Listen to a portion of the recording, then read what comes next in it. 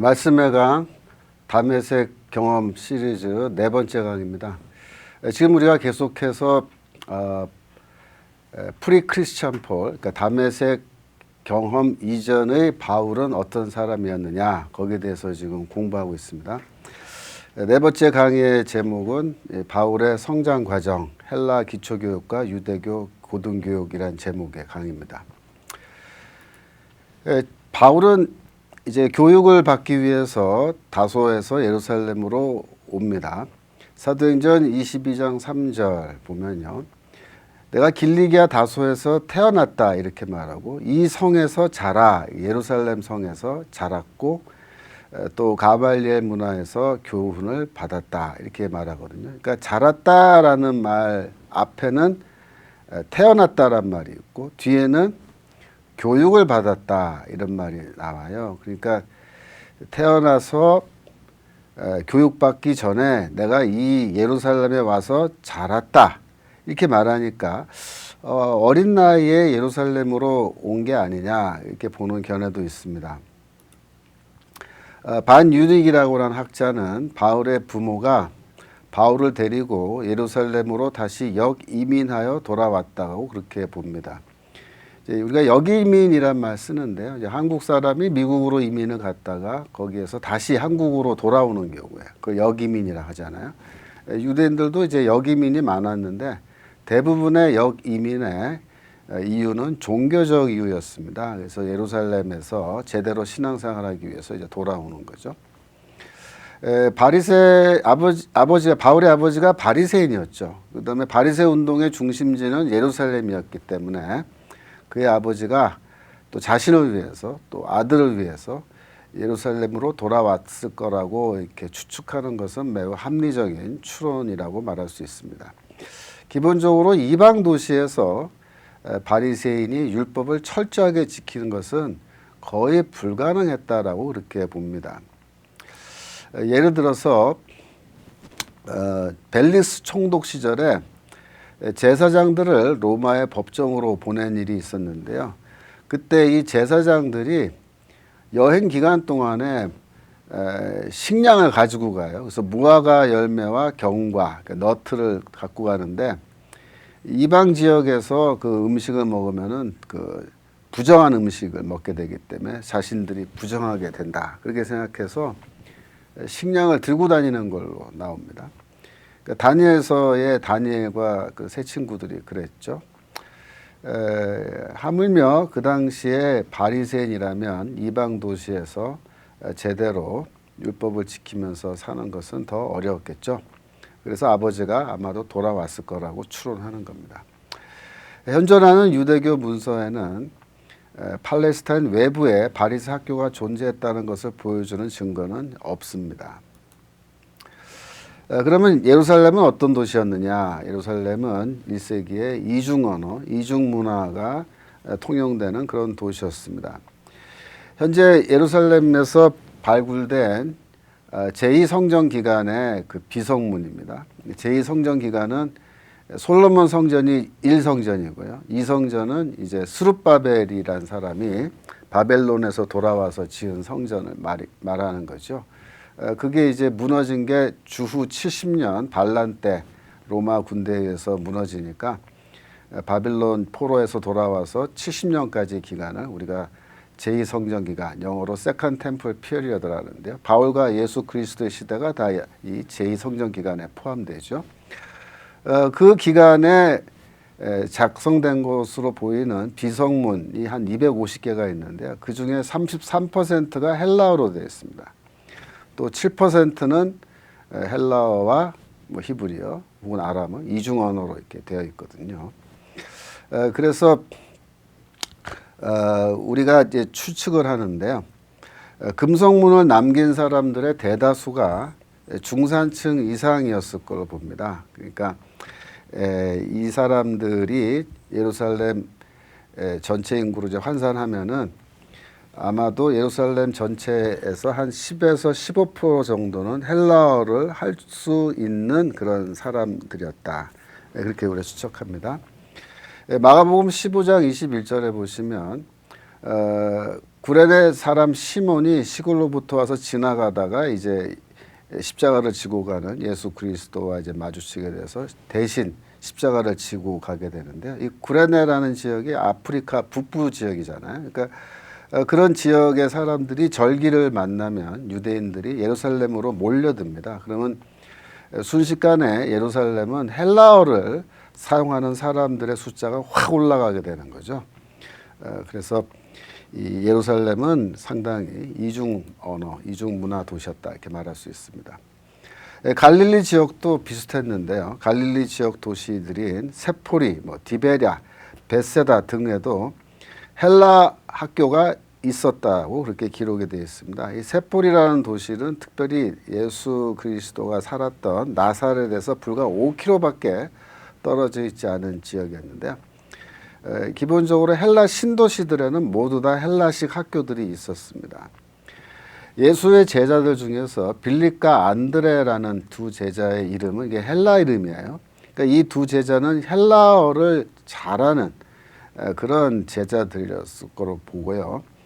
또 베드로, 또 예수의 형제 야고보 이런 사람들도 나중에 다 이제 이방 지역 다니면서 전도하고 돌아다니거든요. 그러니까 이분들도 헬라를 어느 정도 할 수 있었을 걸로 봅니다.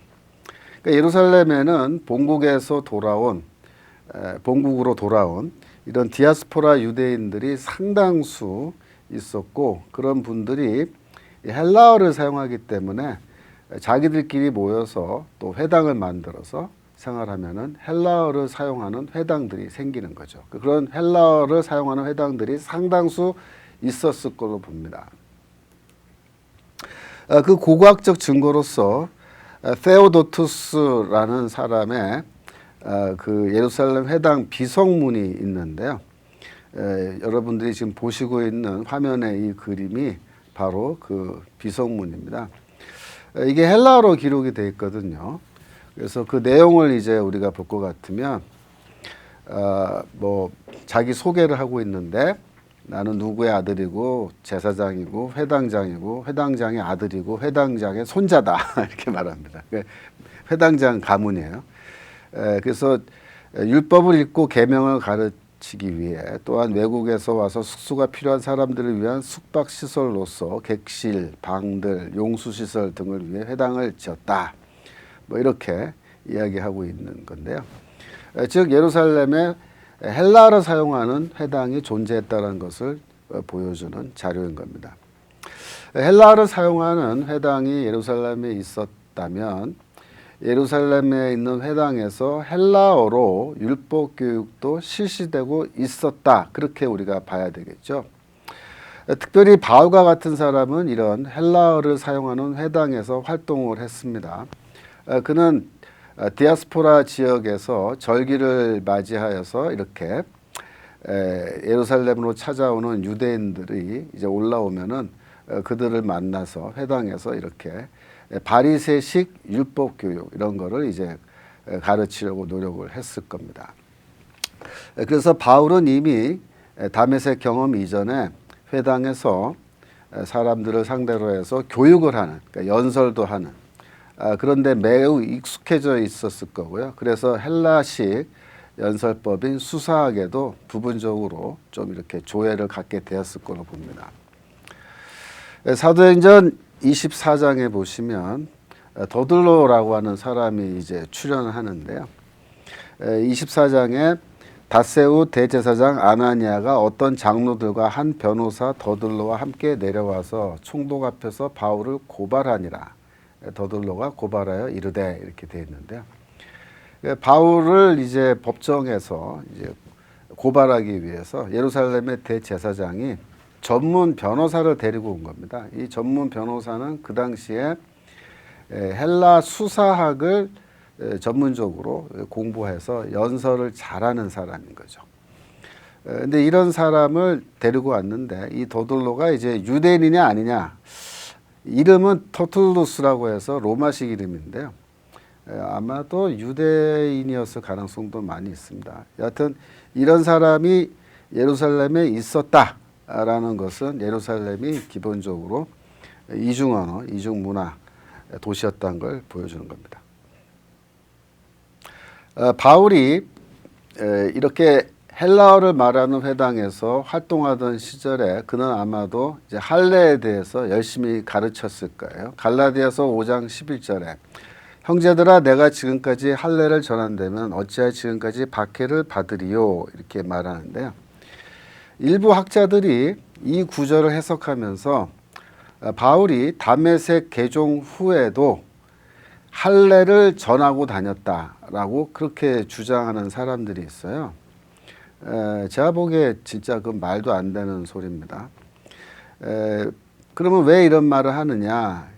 바울이 언제 할례를 전했느냐 묻는다면 바울이 다메섹 개종 이전에 예루살렘 회당에서 그 자유인들의 회당 같은 그런 회당에서 열심히 할례를 강조하고 가르치는 그런 활동을 했을 걸로 우리가 봐야겠죠.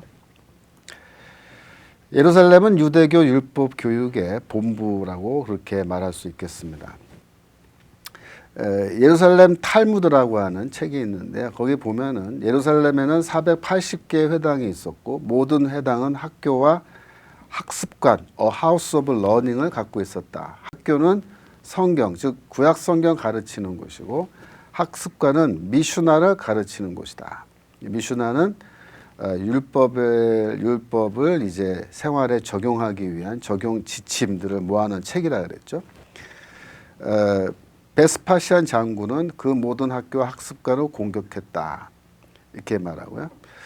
또 산헤드린이 모이는 성전이 있는 그 예루살렘 성전 언덕 위에 학습관이 있었고 그것으로부터 율법이 모든 이스라엘에 전파되었다. 이제 이런 말이 있어요. 그래서 이런 것을 봐서는 예루살렘에 회당도 480개나 있었고 거기에 아주 그 일종의 오늘날로 말하면은 전문 율법 교육 기관입니다. 학습관 이런 게 있었다는 거 보면은 예루살렘으로 바울의 부모가 바울을 보내서 예루살렘에서 유대교식 율법 교육을 받게 한 것은 매우 당연하다고 볼 수 있습니다. 바울이 이제 부모가 데리고 왔으면 같이 이동했으면 역이민이고요. 만약에 바울의 부모는 다소에서 계속 살고 바울만 예루살렘으로 보낸 거면 그건 예루살렘으로 유학 보낸 거죠. 그러니까 예루살렘은 이제 유학 도시로도 유명했습니다. 그 기록에 따르면요, 요세푸스의 기록에 따르면 파르티아 왕국에 부속된 작은 나라예요.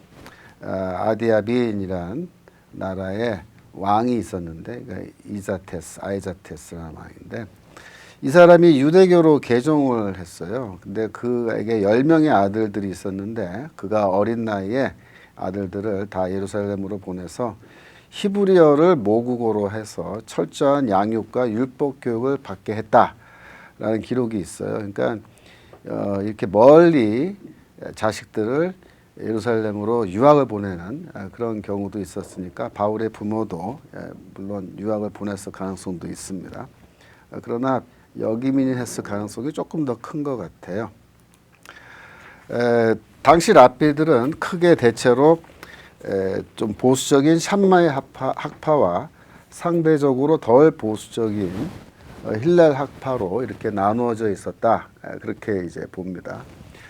그래서 바울은 뭐 가말리엘의 제자인데 가말리엘은 힐렐 학파였다. 이게 이제 상당히 정설처럼 그렇게 여겨졌습니다만은 최근에 제이콥 뉴스너라고 하는 아주 유명한 유대인 학자입니다. 지금 살아있고 열심히 활동하고 있는데 이분이 연구를 했는데 가말리엘이 뭐 힐렐 전통의 계승자라는 그런 유대교 전승이 너무 후대 것이기 때문에 신뢰할 수 없다. 또 가말리엘의 가르침을 보면은 샴마이 학파와 가까운 내용도 다수 있다라는 걸 논증해서 오늘날에는 바울이 힐렐 학파냐 뭐 샴마이 학파냐 그걸 따지는 것은 더 이상 의미가 없다고 봅니다. 주후 70년 이전에는 유대교에는 공식적인 랍비 양성 과정이 아직 없었어요. 그러니까 오늘날로 말하면 랍비들이 공부하는 일종의 그 신학교입니다. 뉴욕에 가면은 미국 뉴욕에 뭐 예를 들어서 주이시 테올로지컬 세미너리 이런 게 있고 그게 유대교 랍비 학교로는 상당히 명망 있는 학교인데 그런 식의 양성 과정이 70년 이전에는 예루살렘이 멸망되기 이전에는 없었다라는 거고요. 또 공식적으로 랍비 직함을 사용할 수 있게 해주는 그런 랍비 안수식이 있었느냐? 없었다는 겁니다. 그 시대는 아직 바울 시대는 그런 것들은 이제 80년경부터 차차 생겨나기 시작했다 이렇게 보거든요. 그러니까 바울 당시에는 이제 가말리엘 밑에서 공부했는데 이게 랍비를 양성하는 과정이냐 아니냐 그걸 따지는 것도 사실 큰 의미는 없다 이겁니다. 결국 랍비 교육에 해당하는 그런 교육을 바울이 받았다라고 보는 것이 합리적인 겁니다. 예루살렘에서 바울은 엄격한 바리새파 율법 교육을 받았습니다. 사도행전 26장에 내가 예루살렘에서 젊었을 때 생활한 상황을 유대인이 다 아는 바라 일찍부터 나를 알았으니 이렇게 말하고요. 내가 우리 종교의 가장 엄한 팔을 따라 바리새인의 생활을 하였다 이렇게 말합니다. 자기가 다소에서 태어나서 예루살렘에서 성장했는데 일찍부터 나를 알았으니 이 말은 비교적 어린 나이에 내가 예루살렘에 왔다라는 그런 뉘앙스가 있습니다. 그러나 바울이 정확하게 몇 살 때 예루살렘에 왔는지는 알 수가 없습니다. 성경에는 바울의 나이에 관한 언급이 단 2곳밖에 안 나와요. 사도행전 7장 58절에 보면은 스데반을 죽일 때 사울이라고 하는 청년의 발 앞에 옷을 벗어뒀다. 사울은 그 당시에 청년이었다. 젊은 청년이었다. 또 빌레몬서 9절에 가면은 나이 많은 나 바울 이런 말이 나와요. 그래서 헬라어로는 프레스비테스라는 단어인데요. 이게 프레스비테리안 즉 장로교의라는 그 말의 어원이 되죠. 그래서 이게 장로라는 뜻이고요. 장로란 말은 기본적으로 나이가 많다라는 뜻입니다. 그래서 나이 많은 나 바울, 그러니까 빌레몬서를 쓰는 시점쯤 되면은 이제 바울이 나이가 꽤 먹었다. 그 2가지밖에는 우리가 잘 몰라요. 그러니까 지금 현재로서는 몇 살 때 예루살렘에 왔느냐 잘 모릅니다. 예루살렘에서 모든 그러니까 사람들이 다 일찍부터 나를 알았다 이렇게 말하는데요. 당시 그러면 예루살렘 인구는 몇 명이었느냐?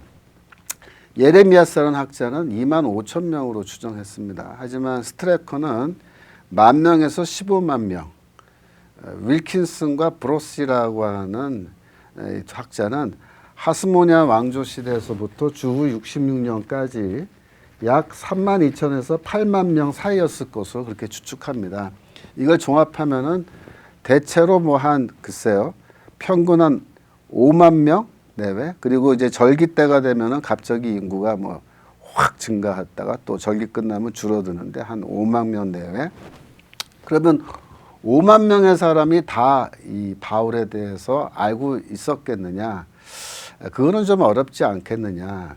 이제 그렇게 이제 봅니다만. 그러나 이제 바울이라는 사람이 상당히 유명한 예루살렘 도시 안에서도 상당히 많은 사람들이 입에 오르내리는 그러한 청년이었다고 같으면은 그러면 가능한 거죠. 그러니까 그것은 전혀 불가능하다고 볼 수는 없겠습니다.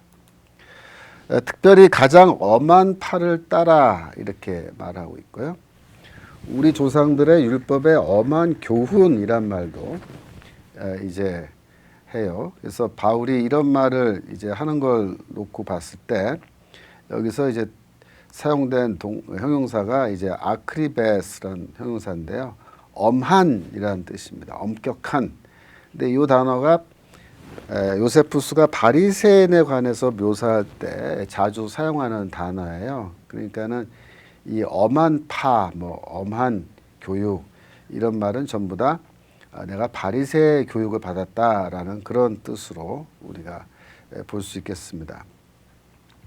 어떤 학자들은 바울이 이제 헬라파 유대인이기 때문에 랍비 교육은 절대로 받지 못했을 것이다 그렇게 보는데 그건 제가 보기에 말도 안 되는 소리고요. 충분히 가능합니다. 바울이 구약 성경을 이제 사용하는 그런 걸 보면요. 구약 성경을 정확하게 인용할 때도 있고 뭐 축약할 때도 있고 또 서로 다른 구절들을 뭐 결합해서 사용할 때도 있고 또 자신의 상황에 맞게 그거를 해석하는데 이건 거의 랍비 수준의 해석을 합니다. 그래서 바울이 구약 성경을 다루는 그 솜씨를 보면은 이거는 거의 랍비 수준의 교육을 받았다라고 보는 것이 합리적이고요. 70인역 헬라어 성경도 바울이 거의 뭐 자유자재로 사용하는 것으로 이렇게 보입니다. 그래서 그가 헬라어로 글을 쓴다든가 헬라어 구약 성경을 이해하는 수준을 보면은 그가 이제 평범한 교육이 아니고 상당히 고등 교육 받았고 또 헬라어도 foreign language로 그러니까 외국어로 교육받았다기보다는 거의 그 모국어는 물론 아람어지만 모국어에 가까운 수준으로 그가 교육을 받았다고 그렇게 우리가 보는 것이 합리적입니다. 바울은 그래서 아마도 다소에서 태어나서 거기에서 이제 교육을 받았는데 헬라식 교육을 받은 건 아니고요. 유대교 학교를 다녔지만 그 학교는 헬라어로 유대식 교육을 하는 그런 초등학교를 다니지 않았겠느냐. 그곳에서 70인역 구약 성경으로 처음에 교육을 받았을 거다. 그 다음에 이제 예루살렘의 가말리엘 선생에게 가서 그때부터는 이제 유대식 교육을 제대로 받았는데 그때는 이제 히브리어 성경을 사용해서 아주 전통적인 랍비식 교육을 그때 받은 게 아니겠느냐 그렇게 봅니다. 미슈나라는 책에 이런 말이 있습니다. 5살에는 경전에 대해, 10살에는 미슈나에 대해, 13살에는 계명들에 대해, 15살에는 탈무드에 대해, 그리고 18살에는 신방에 이런 말이 있어요. 거기에 가르치고 뭐 배우고 신방으로 들어간다. 그러니까 18살에 결혼하는 게 그 당시 유대교의 관습이고요. 남자들의 경우에. 5살부터 이제 성경 교육 시작하고 15살에 이제 탈무드를 배운다. 또 10살에는 미슈나 배운다. 이렇게 돼 있잖아요. 그러니까 상당히 어린 나이 때 일찍부터 이제 전문적인 그런 율법 교육을 그걸 받은 거예요. 그러니까는 몇 살 때부터 가말리엘에게 배웠겠느냐? 글쎄요. 뭐 최소한 13살 정도부터는 배우지 않았을까? 뭐 13살에 15살 그렇게 봐야겠죠. 정리하겠습니다. 바울은 교육을 위해 예루살렘으로 왔고요. 부모와 같이 왔을 수도 있고 아니면 유학을 왔을 수도 있다 그랬죠. 1세기 예루살렘은 이중 언어, 이중 문화가 지배하는 도시였고요. 예루살렘은 유대식 율법 교육의 중심지였습니다. 당대 최고의 바리새 랍비인 가말리엘 문화에서 교육받았고요. 바리새파 율법 교육을 받았습니다. 바리새인으로 바울이 교육받고 성장했다고 얘기하는데요. 그렇다면 바리새인이란 어떤 종류의 유대인일까요? 우리가 신약 성경의 복음서에도 바리새인이 매우 자주 나오는데요. 여러분 바리새인은 어떤 종류의 사람인지 제대로 배워보신 적이 없죠. 제가 다음 주에는 바리새인에 대해서 집중적으로 한번 강의를 하도록 하겠습니다. 그래서 다음 강의 제목은 바울의 다메섹 경험 시리즈 5번째 강의인데요. 바리새인 바울, 바리새주의의 이상이라는 제목으로 제가 강연하도록 하겠습니다. 오늘은 여기까지 하도록 하겠습니다. 감사합니다.